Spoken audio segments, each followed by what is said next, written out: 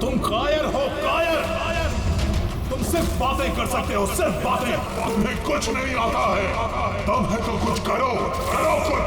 तुम्हें मेरी आवाज आ रही है? अगर मेरी आवाज आ रही है तो जैसा मैंने कहा है तुम्हें करना होगा। मार दो उसे। मेरा कहा मानो, और जो मैंने कहा है वो करो तो करो। मार दो उसे। योर ऑनर, सारे गवाह और सबूत यही साबित कर रहे हैं कि खून प्रीतिका ने ही किए हैं। नहीं, जज साहब, ये सब झूठ है।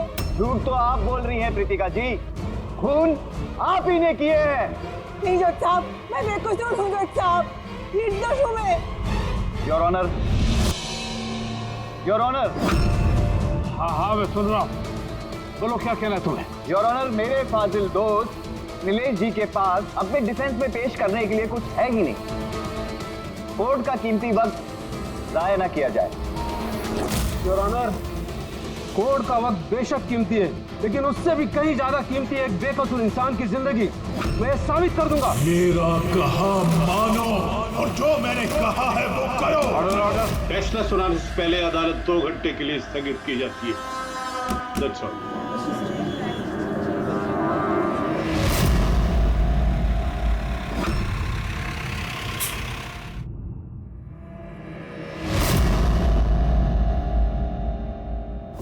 श्रीकांत, तुम्हें उसे मारना होगा।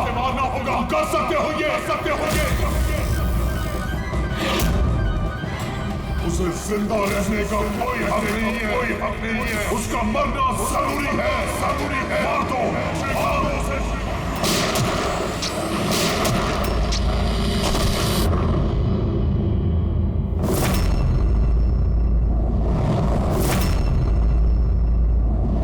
इन लोगों का कहना है कि प्रीतिका यहाँ पर थी जब जज श्रीकांत यहाँ पर आए और उन्होंने उस पर गोली चलाई। उसके बाद वो यहाँ पर आकर खुद को गोली मार दी। उस वक्त, मतलब जब ये सब हो रहा था, उस वक्त यहाँ पर जो लोग थे वो कहाँ है? वो लोग कोर्ट रूम में।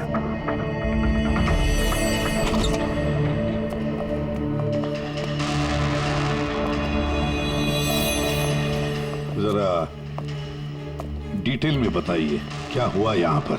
सर, एक केस की सुनवाई चल रही थी। जज श्रीकांत जी की हालत कुछ ठीक नहीं लग रही थी। उन्होंने 2 घंटे का रिसेशन लिया और अचानक चेंबर में आए और उन्होंने अपने आप को और प्रीतिका को गोली मार दी।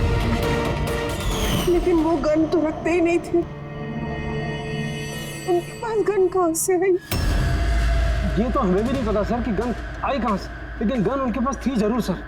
तो गन का इंतजाम पहले से कर रखा है। लगता है जज साहब ने पूरी प्लानिंग की थी कृतिका का खून करने की।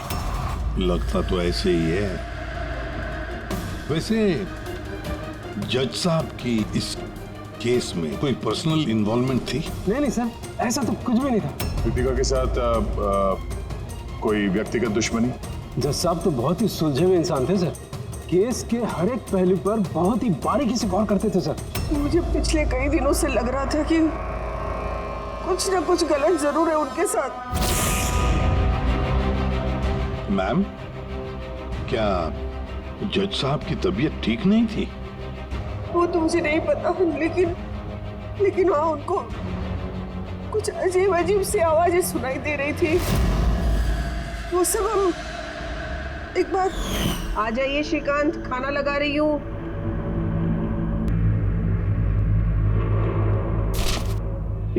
पड़ोसियों की जुबान पे लगा भी नहीं, जब देखो अनाप शनाप बकते रहते हैं। अरे क्या हुआ श्रीकांत, इतना क्यों चिढ़ रहे हो? पहले जाके इन पड़ोसियों का मुंह बंद करो, नहीं सुननी मुझे उनकी बकवास। कैसी बातें कर रहे हो श्रीकांत? पड़ोसी के बेचारे पिछले 1 महीने से लंदन गए हुए हैं और उनकी आवाज यहाँ तक कैसे आ सकती है? कुछ भी बात कर रहे हो आप श्रीकांत। कौशल, पता नहीं श्रीकांत को क्या हो गया है, कुछ अजीब सा बिहेव कर रहे हैं। और पता है तुम्हें, उसे पड़ोसियों की आवाज सुनाई दे रही है जबकि वो घर बंद है, वहां पे कोई नहीं है। किसे बता रही हो? किसे बता रही हो? और तुम क्या समझती हो? तुमसे झूठ बोल रहा हूं मैं? पूरा बात ऐसे, नाटक बंद करो, बताओ तुम लोगों ने इस घर में क्या छुपा रखा? बताओ मुझे, बताओ। मैं सब जानता हूं, सब जानता हूं। तुम मुझे पागल बनाने की कोशिश कर रही हो ना? हैं? श्रीकांत, ये तुम्हें क्या हो गया है? हाँ? अपनी हालत देखो क्या बना के रखी है। पर यहाँ पे कोई नहीं है। किसकी आवाज सुनाई दे रही है तुम्हें? सुनाई दे रही है, मुझे उनकी आवाजें सुनाई दे। यही है, यही है। लेकिन मैं किसी की नहीं सुनूंगा, किसी की नहीं सुनूंगा। कहीं उन्हें कोई दिमागी बीमारी तो नहीं थी? नहीं सर, 15 अप्रैल तक तो ठीक थे, लेकिन हम रेड कैंडी हॉस्पिटल गए थे ना, उसके बाद ये सब कुछ होने लगा था उनके साथ। Red candy hospital? जी सर, इस हॉस्पिटल में चल के पता करते हैं कैसा क्या हुआ था वहां पे कि ये जज साहब अचानक ऐसा बर्ताव करने लगे। सर, इस केस में आखिर बचा ही क्या है? जिस आदमी ने खून किया उसी ने अपने आप को मार लिया। वही तो पता लगाना है ना फ्रेडी, वही तो पता लगाना है कि एक जज ने अपने सामने वाले आरोपी को गोली क्यों मार दी, खून क्यों किया, और तो और उसके बाद में अपने आप पर भी गोली चलाई। क्यों? सर, हॉस्पिटल अथॉरिटी ने बताया कि जज श्रीकांत यहाँ पे साइकियाट्रिक ट्रीटमेंट के लिए नहीं बल्कि डेंटिस्ट से मिलने के लिए आए थे। कौन है डेंटिस्ट? कौन है? Sir, doctor Raman. Hello sir, बताइए मैं आपकी क्या मदद कर सकता हूँ? फिलहाल तो आप डॉक्टर रमन को बुलाइए और उनके असिस्टेंट को भी। डॉक्टर रमन, 15 अप्रैल को जज श्रीकांत आपसे मिलने आए थे ना यहाँ? जी हाँ सर, लेकिन सर उनकी मौत से मेरा क्या लेना देना? मुझसे सवाल क्यों?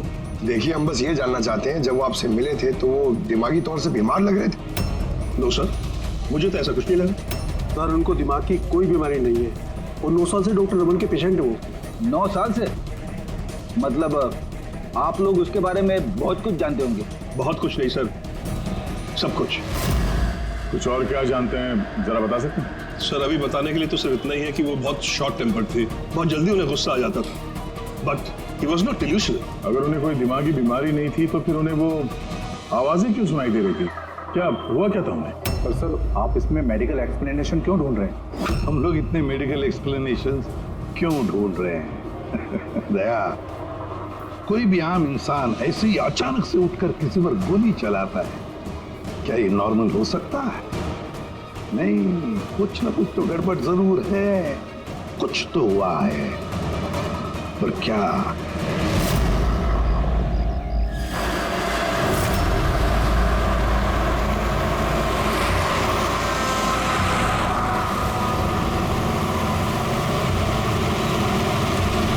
वीरेन, तुम बेकार की चिंता करते हो। धनंजय की सिक्योरिटी टीम हमारे साथ है, हम सुरक्षित पहुंच जाएंगे।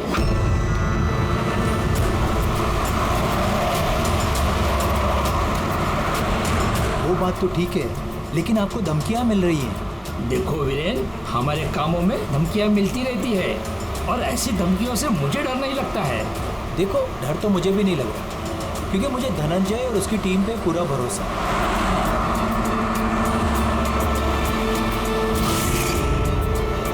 सर, हमने हॉल के 500 मीटर तक लोगों के जाने पर रोक लगा दी है और हर जगह सीसीटीवी से निगरानी की जा रही है। ये बहुत आसान है धनंजय, कायर मत बनो। हम जानते हैं इस काम को तुम पूरा करोगे, वो भी अपने हाथों से। तुम सुन रहे हो ना धनंजय, तुम बुज़दिल नहीं हो तुम बुज़दिल। कायर मत बनो, इस काम को तुम पूरा करोगे। सर, क्या बता रहे थे तुम ब्लॉक बी के अरेंजमेंट के बारे में? सर, मैं ब्लॉक बी के बारे में बात नहीं कर रहा था। सर, आप ठीक है ना? आपकी तबीयत कुछ खराब लग रही है। मेरी तबीयत ठीक है, मैं ठीक हूँ।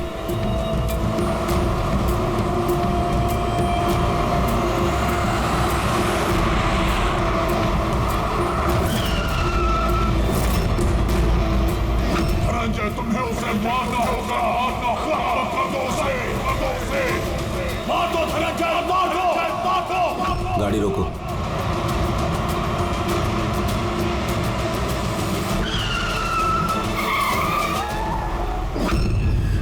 ये इसने गाड़ी क्यों रोक दी? सर, क्या हुआ? शाबाश धनंजय, अपना मिशन पूरा करो। मार दो उसे। याद रहे धनंजय, कायर नहीं हो, तुम ये कर सकते हो। धनंजय यहाँ क्यों आ रहा है?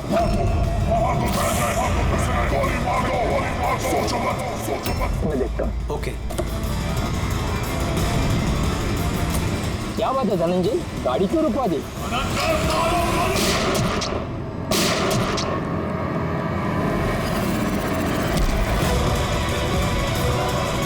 ओह माय गॉड! संजय जी, आपको क्या हो गया? धनंजय, ये क्या कर दिया तुमने?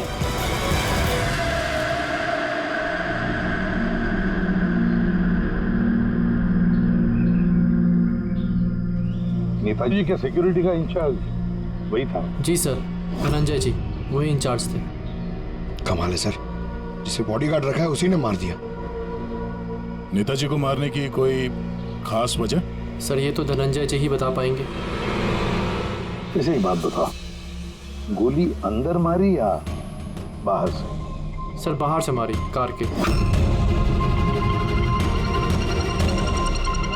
धनंजय, धनंजय, सदमे में लगता है सर।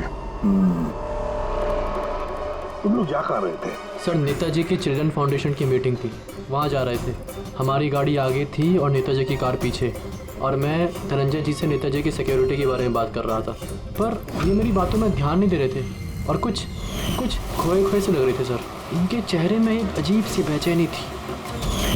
मैंने उनसे पूछा कि क्या हुआ, तो कुछ बहकी सी बातें करने लगे। सर जब श्रीकांत के साथ भी तो ऐसे ही हुआ था। कहीं ये दोनों केस एक जैसे तो नहीं है? और कोई साथ में था नेताजी के? वीरेंद्र जी सर।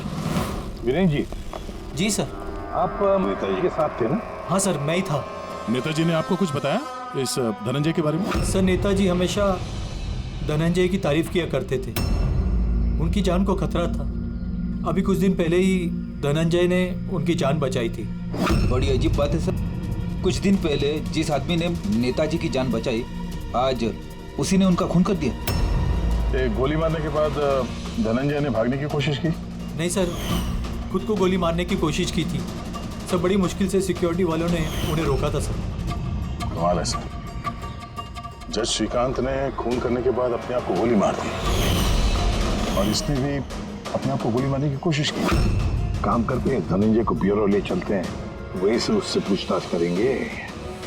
और फिर एक बात समझ में नहीं आ रही है दया, खून करने के बाद खूनी अपने आप को गोली मार लेता क्यों?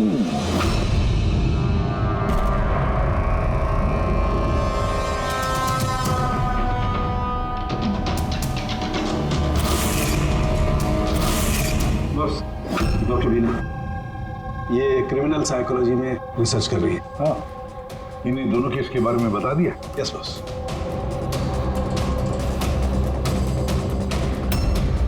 मेरा बेटा कहाँ है? मुझे उससे मिलना है। अरे नेताजी के सिक्योरिटी इंचार्ज धनंजय की माँ। उसे यहाँ क्यों लाए हो? देखिए, आपके बेटे ने नेताजी का खून किया है। जी नहीं, मेरा बेटा किसी की हत्या नहीं कर सकता। वो तो खुद बीमार है, उसकी दिमागी हालत ठीक नहीं है। क्या बीमारी है आपके बेटे को? पिछले कुछ दिनों से उसे कुछ आवाजें सुनाई देती है।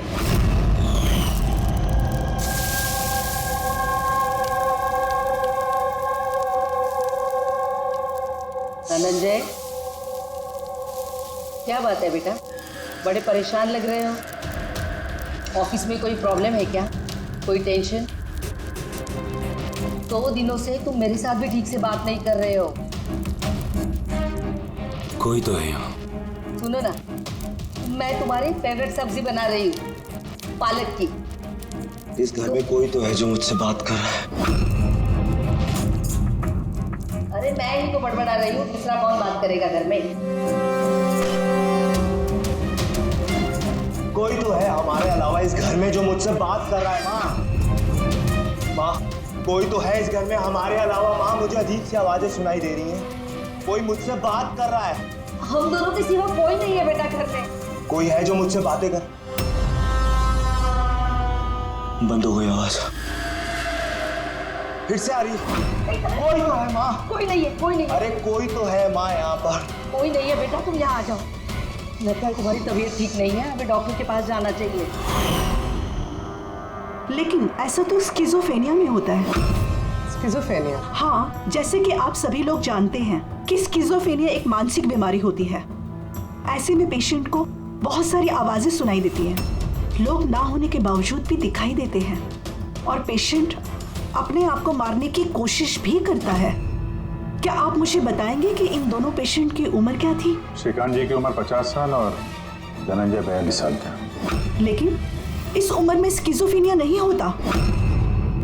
क्या मैं उनसे मिल सकती हूँ? मुझे पेशेंट से बात करनी है। हाँ बिल्कुल, पूरी।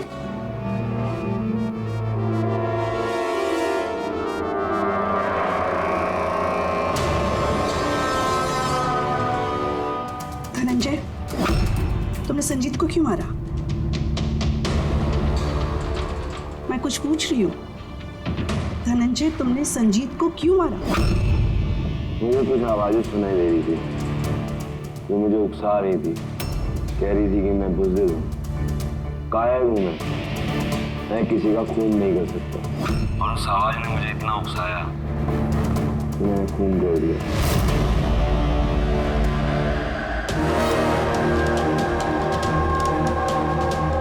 और ये तुम्हारा गाल? ये गाल क्यों सूजा हुआ है? मेरे दांत में इन्फेक्शन है। जज श्रीकांत, उनके दांत में भी इन्फेक्शन था सर? मेरे बेटे के भी दांत के इलाज के बाद ही उसकी तबीयत खराब रहने लगी। क्या?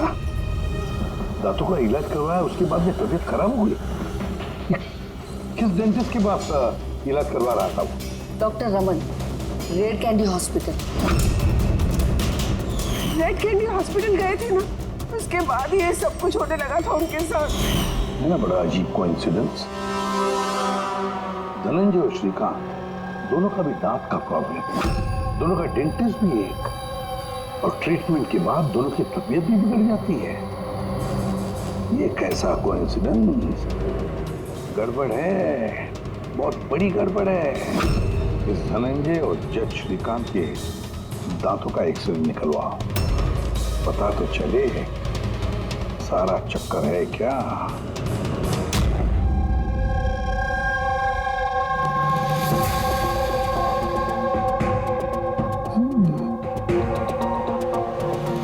ये क्या हो सकता है? सर, ये देखिए। क्या? ये मार्क्स।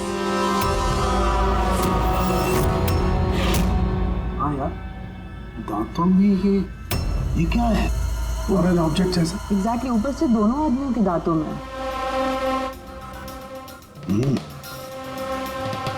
दोनों आदमियों के दांतों में कुछ फॉरेन बॉडी जैसा कुछ। क्या हो सकता? तारिका, एक काम करो, एसीपी साहब को फोन कर दो, उन्हें बोल दो कि केस की जड़ मिल गई है।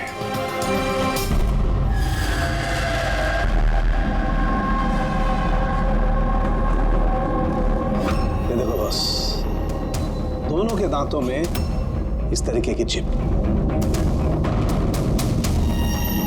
ये तो बग है। हाँ, ये बग ही है। सर, ये तो जासूसी में इस्तेमाल होने वाला ट्रांसमीटर जैसा कुछ है। बॉस, इसके जरिए ही श्रीकांत और धनंजय को वो आवाजें सुनाई देती थी। तो ये चिप ट्रिगर का काम कर रही थी। इसी के जरिए वो उकसाने वाली आवाजें उनके कानों तक पहुंच रही थी और वो लोग किसी की जान तक लेने को मजबूर हो गए। मुझे तो लगता है ये काम डॉक्टर रमन का ही है। उन्होंने ही दांतों की ट्रीटमेंट की थी। पूछताछ करनी पड़ेगी डॉक्टर रमन से, पर एक एक्सपर्ट को भी बुला ट्रांसमीटर के बारे में पूरी जानकारी लेते हैं उससे। डॉक्टर रमन, दांत में ट्रांसमीटर लगाने का काम कब से शुरू कर दिया आपने? ट्रांसमीटर? हाँ। किस ट्रांसमीटर की बात कर रहे हैं आप सर? उसी ट्रांसमीटर की बात कर रहे हैं जो जज श्रीकांत और सिक्योरिटी ऑफिसर धनंजय के दांत में फिट किया गया था। देखिए, मेरा यकीन कीजिए, मैंने कोई ट्रांसमीटर नहीं लगाया है। ये क्या बकवास कर रहे हैं आप? डॉक्टर साहब, दांतों में ट्रांसमीटर क्यों लगवाएंगे? सर, आप हमारे हॉस्पिटल को बर्बाद करने पे तुले हैं। डॉक्टर रमन हमारे हॉस्पिटल के जिम्मेदार डॉक्टर हैं सर। ये इस तरह का काम हरगिज नहीं कर सकते। और इस तरह का काम यहाँ पे हुआ तो है। हमें श्रीकांत और धनंजय के दांत से ये ट्रांसमीटर मिला है। और इन्हीं ट्रांसमीटर्स की वजह से वो दोनों भी सिजोफ्रेनिक बन गए। सर वो दोनों मेरे बहुत पुराने पेशेंट हैं। श्रीकांत 9 साल और धनंजय 2 साल। सर भला मैं अपने पेशेंट के साथ ऐसा क्यों करूं? ये तो आप बताइए ना, क्यों लगाया ट्रांसमीटर? मेरा यकीन कीजिए, मैंने कोई ट्रांसमीटर नहीं लगाया। क्योंकि डॉक्टर रमन के पास ट्रांसमीटर बनाने और उससे मोलार इम्प्लांट्स की ट्रेनिंग ही नहीं है। ये सिर्फ डॉक्टर हैं, दांतों के अच्छे डॉक्टर। और सर हम यहाँ पे दांत लगाते हैं, बनाते नहीं। दांत तो बाहर से ऑर्डर देने पे आता है। कहाँ से ऑर्डर करते हैं आप ये दांत? डेंजा बायोकेयर। डेंजा बायोकेयर। रेडी पंकज, डॉक्टर रमन की चेम्बर्स अच्छी तरह से चेक करो, एक एक कोना छान मारो। और कितने लोगों के दांत इम्प्लांट किए हैं? जी लगभग 20 लोगों का। अच्छा, तो सभी लोगों के नाम और पता चाहिए हमें।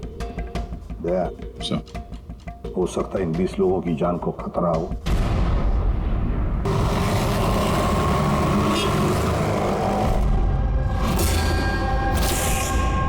कुछ समझ में आ रहा है? हाँ सर, कुछ समझ में आ रहा है। यही कि ये ट्रांसमीटर जितना छोटा है उतना ही पावरफुल है। कितनी रेंज है इसकी? सर इसकी रेंज यही कोई 15 से 20 मीटर है।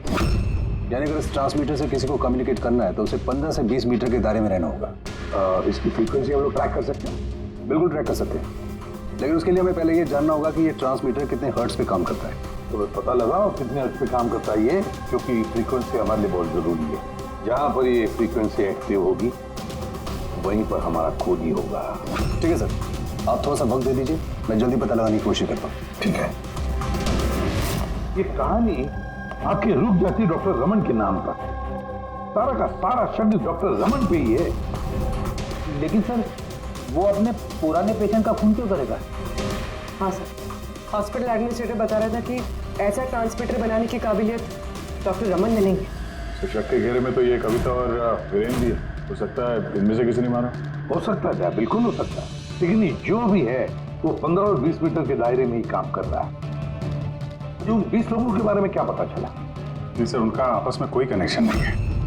यहाँ तक कि श्रीकांत और धनंजय ये भी एक दूसरे को नहीं जानते। फिर भी अभी उन 20 लोगों से जाकर मिलो, उनसे पूछो क्या उनके साथ भी वैसे हो रहा था जैसे धनंजय और श्रीकांत के साथ हो रहा था क्या? और एक बात, लॉर्ड चेम्बर और चेंबूर पता लगा वहां पर कितने सेलफोन एक्टिव थे उस खून के दौरान। और देख, उस दांत बनाने वाली कंपनी में जाकर पूछताछ करो, देखो कौन हो सकता है जो दांत में ट्रांसमीटर फिट कर सकता है।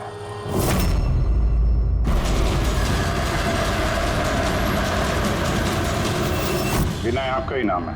जी हाँ, मेरा ही नाम है। सॉरी मैंने आपको पहचाना नहीं। हम CID से। सर मुझसे कोई गलती हुई क्या? नहीं, अब गलती नहीं हुई। एक्चुअली एक केस के सिलसिले में हम कुछ पूछताछ करने आए।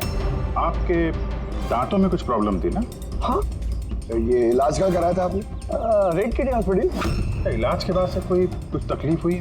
I mean, कुछ अजीब अजीब आवाजें सुनाई देती हों या जैसे कोई ऑर्डर दे रहा है कुछ करने के लिए? नहीं, ऐसा तो कुछ नहीं हुआ, लेकिन 1-2 बार दर्द हुआ था।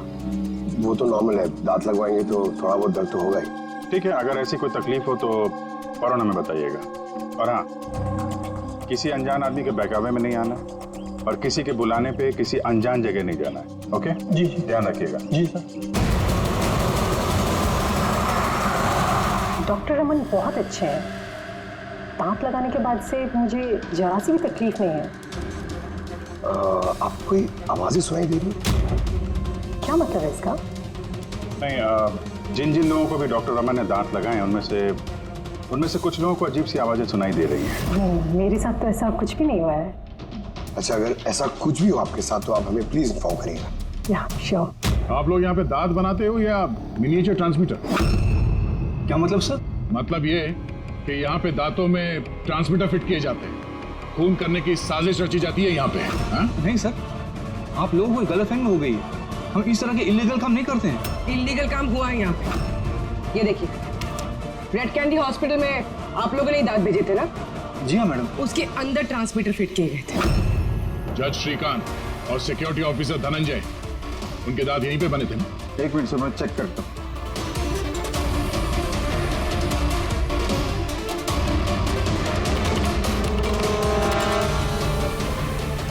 हाँ सर, दांत तो यही बने हैं, लेकिन अगर वो हमारी एम्प्लॉय रूपाली होती जिसने ये दांत बनाए हैं तो सच्चाई पता चल जाती। कहाँ है आपकी वो एम्प्लॉय रूपाली? वो तो कल रात गुजर गई। कैसे गुजर गई? उसे अस्थमा अटैक हुआ था, लेकिन हैरानी की बात तो ये है कि उसे कभी अस्थमा था ही नहीं। जी हाँ सर। उसके घर का एड्रेस देना सर। दांत कब लगवाया आपने? सर 2 महीने हो गए। कोई प्रॉब्लम हुई आपको? नहीं, कोई प्रॉब्लम नहीं सर, जब से दांत लगाया सब ठीक है सर।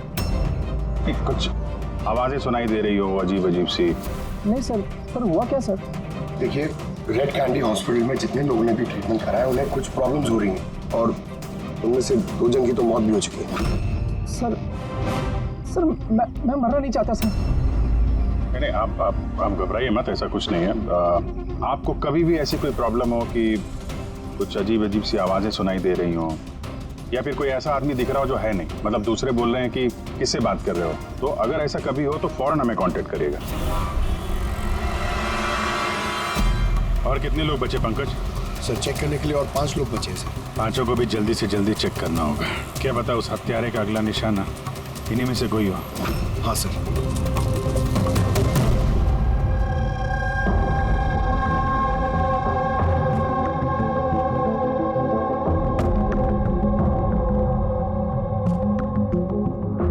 भाई पता चला कि नहीं कुछ?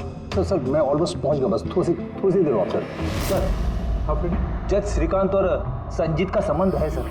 अच्छा, कैसा संबंध? सर ये केस फाइल देखिए।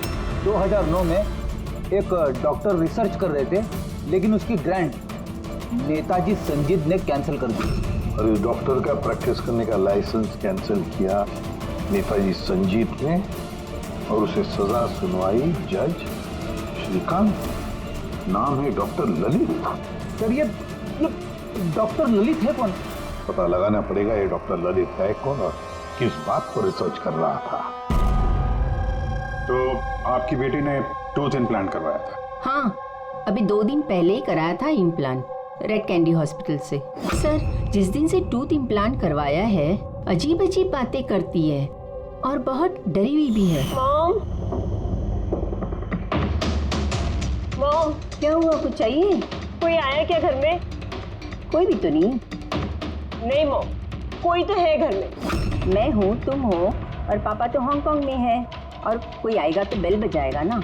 बेल भी तो नहीं बजी है। पता नहीं मॉम क्या हो रहा है, जब से सोकर उठी हूँ ऐसा लग रहा है कि घर में कोई है और मेरे बारे में अजीब अजीब सी बातें कर रहे हैं मुझसे। समझ में नहीं आ रहा है। मेरी तबीयत तो ठीक है। कोई सपना देखा क्या? नहीं मॉम, कोई सपना नहीं देखा। लगता है मेरे कान बज रहे हैं। मॉम प्लीज एक काम करो, मुझे एक कप चाय दे दो मेरे रूम में, मेरा सर घूम रहा है। तो अभी जिया कहाँ है? उसे मैंने साइकियाट्रिस्ट के पास भेजा है, सैंड्रा। देखिए आप उस साइकियाट्रिस्ट का एड्रेस दीजिए, हमारा अभी उससे मिलना बहुत जरूरी है। नंबर लेना। जिया, आज तुम्हें वो काम खत्म करना है। तुम्हें उसे किसी भी हालत में मारना है। ना जिंदा मत छोड़ना उसे, मार दो उसे। आज उसका अंत होना ही चाहिए।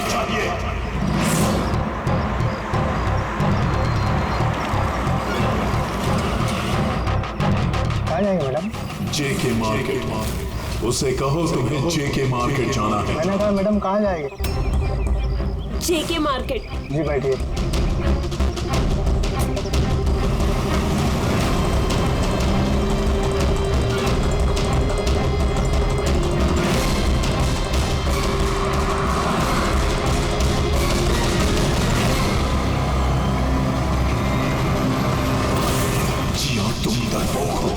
डरपोक हो तुम, कुछ नहीं कर सकती तुम। एक नंबर की डरपोक हो। मैं डरपोक नहीं हूँ और मैं किसी को नहीं मार सकती। मैडम आपने मुझसे कुछ कहा? हाँ अब नहीं, मैंने कुछ नहीं कहा। नहीं, कुछ नहीं कहा मैंने। मैं कहाँ बात कर रही हूँ?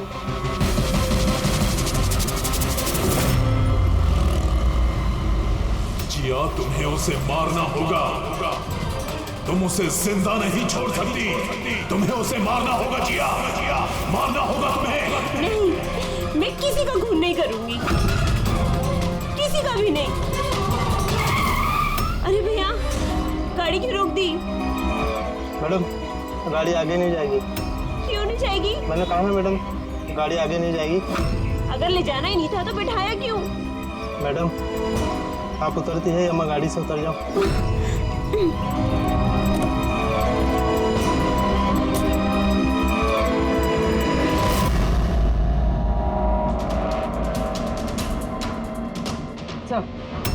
सर, वॉचमैन और पड़ोसी बता रहे थे कि रूपाली यहाँ 3 महीने पहले शिफ्ट हुई थी और अकेली रहती।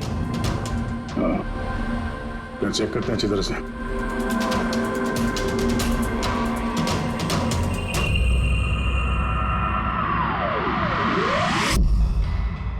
ये क्या है?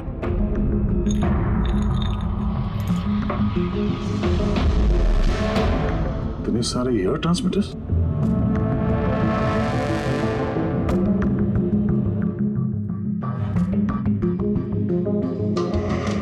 डॉक्टर रमन के पेशेंट्स की पूरी डिटेल्स भी है इसमें। ये देखो।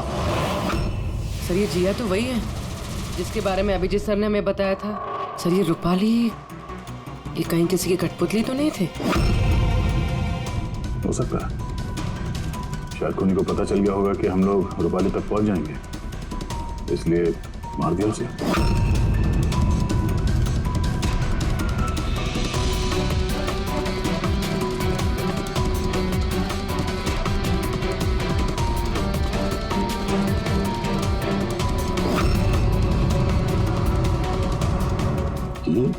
ये नेताजी, संजीत, वीरेन और जिया, इन तीनों के चेहरे पे रेड सर्कल। नेताजी के चेहरे पे क्रॉस मारा हुआ। नेताजी तो मारे गए, अब बचे ये वीरेन और ये जिया। मतलब अगला नंबर इनका है।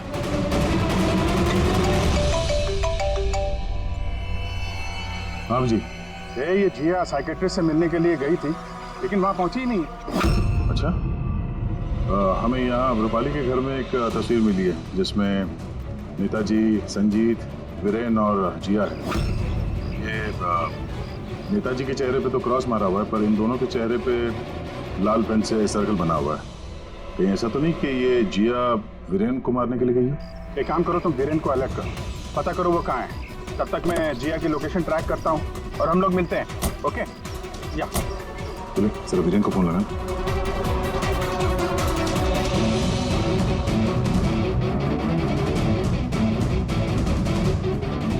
सर, वीरेन का फोन तो बंद है। सब मिल गया। हाँ सर, ये ट्रांसमीटर 1.8 मेगाहर्ट्ज से 2 मेगाहर्ट्ज के बीच में काम करता है। ग्रेट। 1.8 मेगाहर्ट्ज से 2 मेगाहर्ट्ज पर। हाँ सर। मेरी बात ध्यान से सुन लो। हाँ, पहले तो फ्रेडी ने कमाल कर दिया है। हाँ, रिसर्च करके ऐसा नाम निकाला है जिसका कनेक्शन इस नेताजी संजीत और जज श्रीकांत के साथ है। उस आदमी का नाम है डॉक्टर ललित। हाँ, डॉक्टर ललित। यस, मुझे तो ये डॉक्टर ललित ही बहुत गड़बड़ लग रहा है दया। मुझे तो उसी पे शक होने लगा है, क्योंकि डॉक्टर ललित का कुछ साल पहले इस नेताजी संजीत ने प्रैक्टिस करने का लाइसेंस कैंसिल कर दिया था, और फिर इस डॉक्टर ललित को जज श्रीकांत ने सजा सुनवाई। और हुआ क्या? पहले खून हुआ जज श्रीकांत का, और फिर उसके बाद में नेताजी संजीत मारा गया। ये खून कौन कर सकता है? ये डॉक्टर ललित ही कर सकता है। उसी का कनेक्शन है इन दोनों के साथ। बस अब डॉक्टर ललित जिस फ्रीक्वेंसी पर ऑपरेट करता है वो फ्रीक्वेंसी भी पता चल गई। हाँ, टेक्नो एक्सपर्ट ने ये बता दिया, 1.8 मेगाहर्ट्ज से लेके 2 मेगाहर्ट्ज तक। बस अब इस फ्रीक्वेंसी पर हम टैप करेंगे डॉक्टर ललित को। पता चलेगा ये डॉक्टर ललित किस किस से बात करता है और क्या बातें करता है। और दया, ये रेडियो फ्रीक्वेंसी 1.8 मेगाहर्ट्ज से 2 मेगाहर्ट्ज हमारे सारे पुलिस स्टेशन और रेडियो वैन्स को बता दो। अब देखते हैं कब तक भागता है ये डॉक्टर ललित।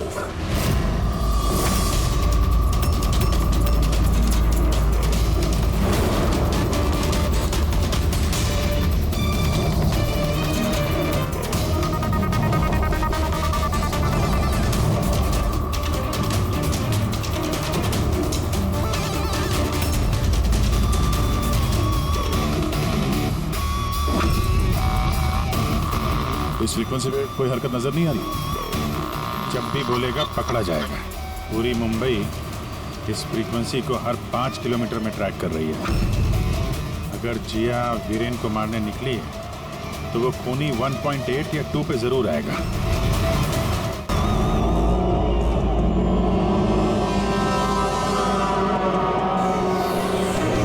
जाओ जिया, अपने काम को अंजाम दो।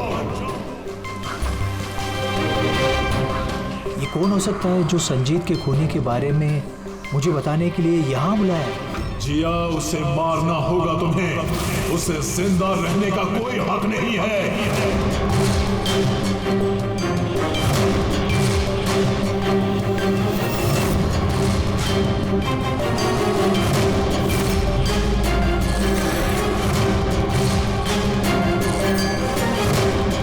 ज्यादा सोचो मत, मार दो जिया, उसे मार दो, उसे जिंदा रहने का कोई हक नहीं है। उसकी तरफ देखो, पहचानो उसे, वो तुम्हारे सामने है। उसे जिंदा रहने का कोई हक नहीं। उसी की आवाज है। फ्रीक्वेंसी लोकेट करो। देखो, अपनी बैग से गन निकालो।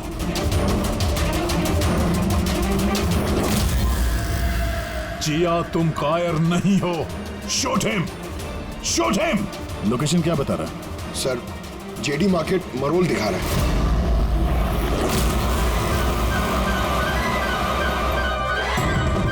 Come on, जिया, मारो उसे, सर, ये क्या हो रहा है? ये मुझे क्यों मारना चाहती थी? किसी ने मुझे फोन करके बुलाया कि संजीत की खूनी के बारे में बताने वाली थी। घबराइए नहीं, ये सब एक प्लान था। आप अभी सेफ है, आप जा सकते हैं। Okay sir, thank you. तो खूनी यहीं कहीं होगा। भीड़ में मिक्सअप हो गया है। सिग्नल यहीं है, देखते हैं।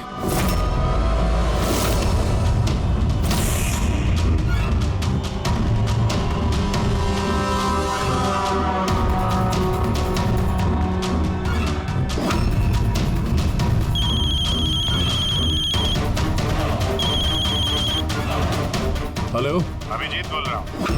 कभी हमसे भी मिल लिया करो। अरे इधर उधर क्या देख रहा है? मेरे पीछे हो।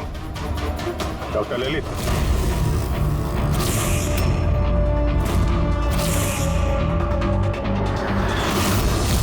हॉस्पिटल के एडमिनिस्ट्रेटर पवन। मुजरिम चाहे कितने भी नाम बदल ले, चाहे कितने भी भेस बदल ले, एक ना एक दिन शिकंजे में फंस ही जाता है। क्यों? चलो।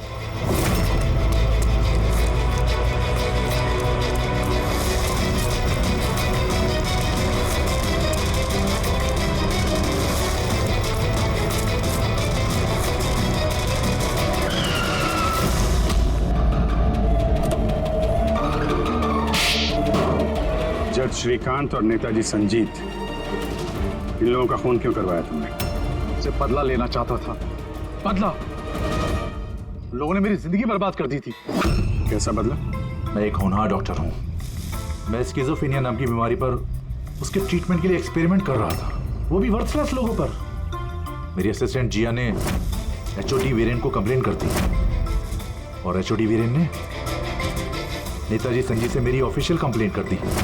और नेताजी संजीत ने तुम्हारा ये एक्सपेरिमेंट रुकवा दिया? हाँ, मेरा प्रोजेक्ट बीच में रुक गया। तो फिर जेल किस लिए गए थे तुम? मेरी लापरवाही की वजह से एक आदमी की मौत हो गई थी। जज श्रीकांत ने मुझे बिना कुछ सोचे समझे 10 साल की सजा दे दी। सिर्फ डॉक्टर होने का रुतबा छीन गया मुझसे। तो इन लोगों को मार के अपना खोया हुआ रुतबा हासिल कर रहे थे तुम। रमन और रूपाली, इन दोनों का क्या इन्वॉल्वमेंट था? जेल से बाहर आने के बाद मैंने अपने दुश्मनों को ट्रैक करना शुरू कर दिया। मैं उनके अंदर एक डिवाइस फिट करना चाहता था जिससे उनको कुछ पता ना लगे। डॉक्टर रमन और रूपाली मेरी इसमें मदद कर रहे थे। उन लोगों ने कैसी मदद की? जब श्रीकांत और जिया को दांतों में प्रॉब्लम थी, वो अपने चेकअप के लिए डॉक्टर रमन के क्लिनिक पे जाते थे। नेताजी संजीत के दांतों में कोई प्रॉब्लम नहीं थी, बल्कि उनके बॉडीगार्ड धनंजय को दांतों में प्रॉब्लम थी। मैंने उसे फ्री डेंटल चेकअप का लालच दिया और डॉक्टर रमन के क्लिनिक पे भेज दिया। डॉक्टर रमन ने उन्हें नया दांत लगाने की सलाह दी और मेरे कहने पे रूपाली ने उनके दांतों में डिवाइस फिट कर दिया। और रूपाली सब करने के लिए मान गई? हाँ। क्योंकि मैं रूपाली से प्यार करता था। हम दोनों ने मिलकर एक डेंटल क्लिनिक खोला था। रूपाली इस काम में मेरी मदद कर रही थी। तो फिर उसका खून क्यों किया तुमने? क्योंकि जब श्रीकांत और नेताजी के मरने से आप उस तक पहुंच जाते और वो मेरा नाम ले देती, इसलिए मैंने उसे हमेशा हमेशा के लिए चुप करा दिया। फिर बदला लेने के लिए क्या कुछ नहीं किया तुमने? इतनी सफाई से खून किए तो फायदा क्या हुआ? आखिर में पकड़े गए ना? मेरा मिशन किसी को मारना नहीं था सर, मैं बस अपने आप को जीनियस साबित करना चाहता था। मैं चलते फिरते इंसानों को प्यार बना सकता था। अगर यही दिमाग किसी अच्छे काम में लगाते तो आज मुजरिम नहीं बनते और जिंदगी भर जेल की सलाखों के पीछे सड़ते नहीं।